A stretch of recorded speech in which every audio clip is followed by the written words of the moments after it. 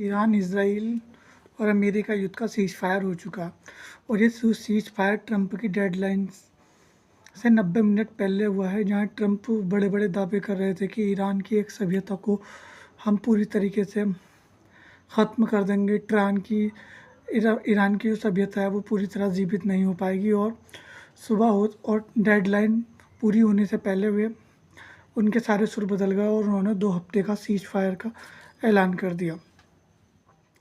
हालांकि इस युद्ध से ना तो अमेरिका को कोई फ़ायदा हो पाया, ना ही ईरान को कोई फ़ायदा हो पाया। हालांकि बस ईरान का इतना ही फ़ायदा हो पाया है कि वे ईरान ने दिखा दिया कि हम डटे रहे और पीछे नहीं हटे। और ईरान अमेरिका जो रिजीम चेंज करने के वादे कर रहा था कि रिजीम चेंज और अनकंडीशनल सरेंडर, ये सब बातें ईरान की पूरी नहीं हो पाई। और इसराइल जो ईरान को अपने अस्तित्व पर ख़तरा बता रहे थे, हालांकि वो भी इस पर चुप रहे। और इसराइल, पहली बार ऐसा हुआ होगा कि ईरान अमेरिका के युद्ध में सीज फायर हुआ और उसमें इसराइल की कोई राय न ली गई हो।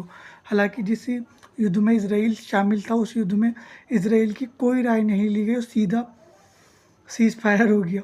हालांकि इस सीज फायर में भूमिका सऊदी अरब और चीन, इन दोनों की अंदर खाने ज़रूर रही होगी, क्योंकि पाकिस्तान इतना बड़ा डिप्लोमेटिक तो है नहीं कि वो अमेरिका से सीज फायर करा दे। हालांकि अमेरिका जब पाकिस्तान में सरकार चेंज करवा देता, चाहे वो इमरान खान की हो या बेनज़ीर भुट्टो को हटवाना हो।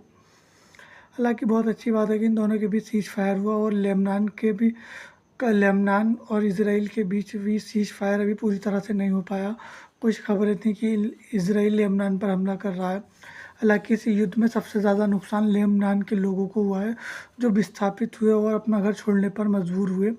उम्मीद करते हैं कि ये वार आगे ना हो। हालांकि मिडिल ईस्ट हमेशा से बारूद के ढेर पर बैठा रहा और यहाँ जब तक फ़िलिस्तीन और इसराइल का मसला है, तब तक यहाँ सीज फायर की उम्मीद करना एक बेईमानी होगी, क्योंकि यहाँ हमेशा से बारूद बारूद का ढेर रहा है और चिंगारी लगती जल जाता है, चाहे वो लीबिया हो, सीरिया हो, इराक हो।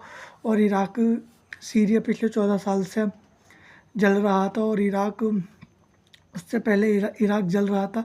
इराक तो हालांकि 1991 में जला था, लेकिन उसके बाद कुछ शांति आई, तो फिर वे 2004 से 2010 तक जला। फिर उसके बाद 2014 में फिर इराक में अस्थिरता पैदा हुई और ये स्थिरता तब तक रहेगी जब तक मिडिल ईस्ट में तेल है। और जब तक मिडिल ईस्ट में तेल ख़त्म नहीं होगा, या फ़िलिस्तीन या इसराइल दोनों में से एक ख़त्म नहीं होगा, तब तक मिडिल ईस्ट में शांति नहीं।